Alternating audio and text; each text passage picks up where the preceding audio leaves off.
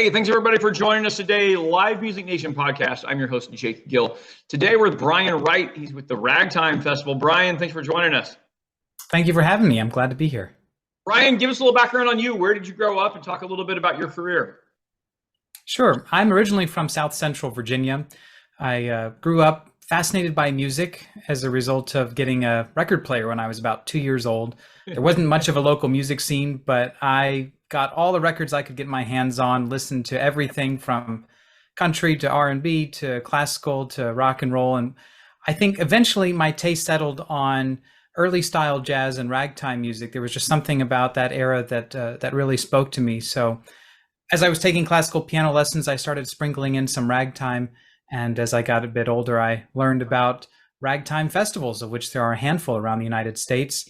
And for 17 years now, I've been attending the Scott Joplin International Ragtime Festival in Sedalia, Missouri, where I'm now artistic director. Why ragtime? You said something drew you in. What was it? Well, as a listener, I really liked early rock and roll. I liked rock and roll from the 50s and 60s. I liked the catchy melodies. I liked the rhythms. As a piano student, I was playing a lot of classical piano, which I understood the technical reasons why it was useful. I didn't necessarily get into it as an 8-year-old the same way I did the rock and roll. And ragtime to me was the perfect fusion of these two. You had short, memorable tunes played in a rhythmic style. And so in my mind, ragtime was part classical, part pop, and that always appealed to me. Okay. All right. Very good. So why a festival? What's the importance of this? Well, I think a lot of festivals are important as a way of bringing together like-minded people to share discoveries, to share performance techniques, to share scholarship, and just to enjoy the company and friendship of other people with those similar interests. There are not a lot of ragtime devotees around the country, and so any opportunity to get together with those that are is always welcome. So I think like a lot of festivals that cater to niche musics, it's kind of like a family reunion. I go back these days as much for the people as for the music. Oh, that's perfect. That's perfect. Okay. For the listener out there who's thinking about the Ragtime Festival and putting that on their calendar this year, give us a visual of what that looks like. What does your festival look like? So the festival takes place in Sedalia, Missouri. It has been there since 1974, so we're almost at the 50th anniversary. It takes place in Sedalia because that is where Scott Joplin, who is widely regarded as the king of ragtime composers, he wrote The Entertainer and the Maple Leaf Rag. That's where he was living and working around 1900 when he was composing his most famous pieces. So the festival takes place on the streets of downtown Sedalia, the streets where Scott Joplin would have walked and played more than a century ago. And the festival looks like, well, there's several outdoor venues with stages and chairs and pianos set up. And we bring in usually about 2 dozen to 3 dozen musicians from around the world every year who specialize in this genre. And they'll rotate among these stages and perform free outdoors for anybody who wants to walk up. There are also a handful of indoor ticketed concerts where the musicians bring out their very best material. And there's also symposium, so lectures, so to speak, on ragtime topics. This year we'll also be featuring some silent films with live accompaniment by the Petrie and Ragtime Society Orchestra.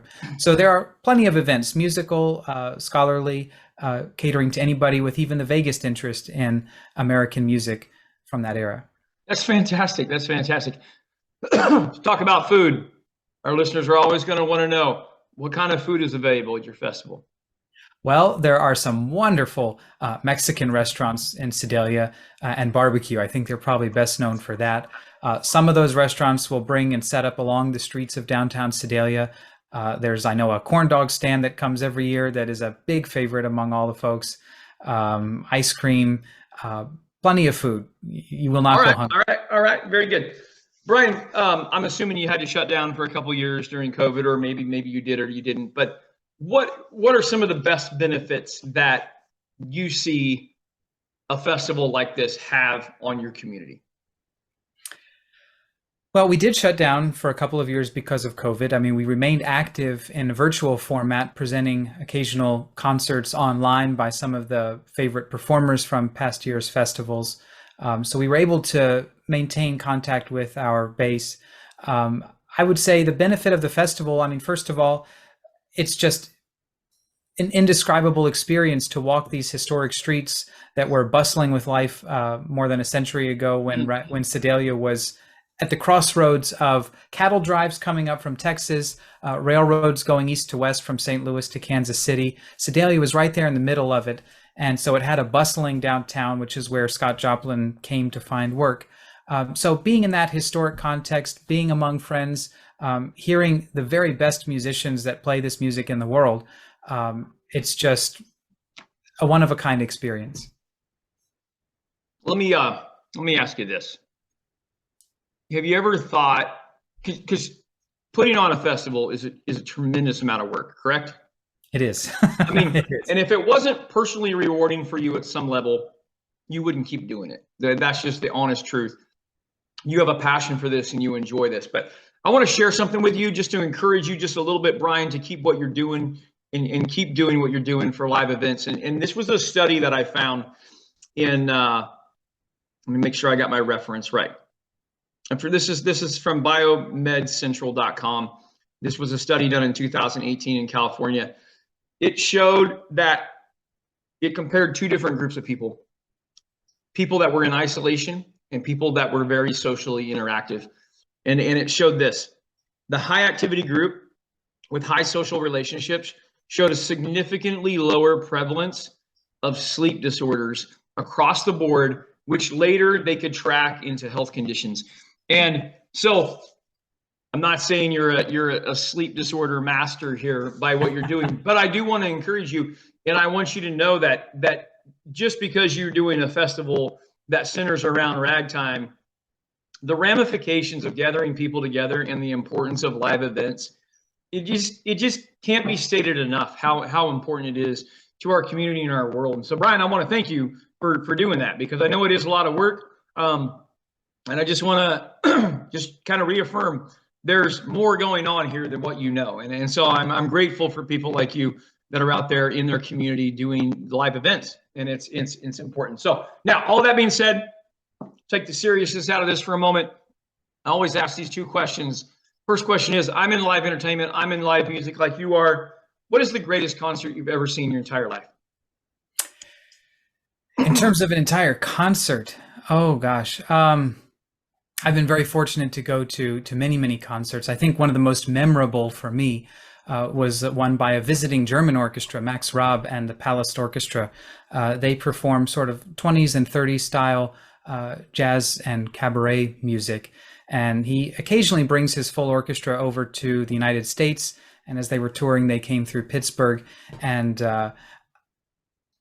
it was a weird situation. They had to cancel the public performance, but they kept sort of a private performance for donors to the Arts Center that hosted this. And I was able to squeak in and sort of get a private concert by this full orchestra. And they were fantastic. The musicianship was so crisp. The songs were all wonderful. It was just such a rare opportunity to see this group live and in an intimate setting. So that is probably the most memorable one. All right, perfect. Bryan, you could bring one musical act, dead or alive, to the Ragtime Festival. Money's not an issue. Who you bringing?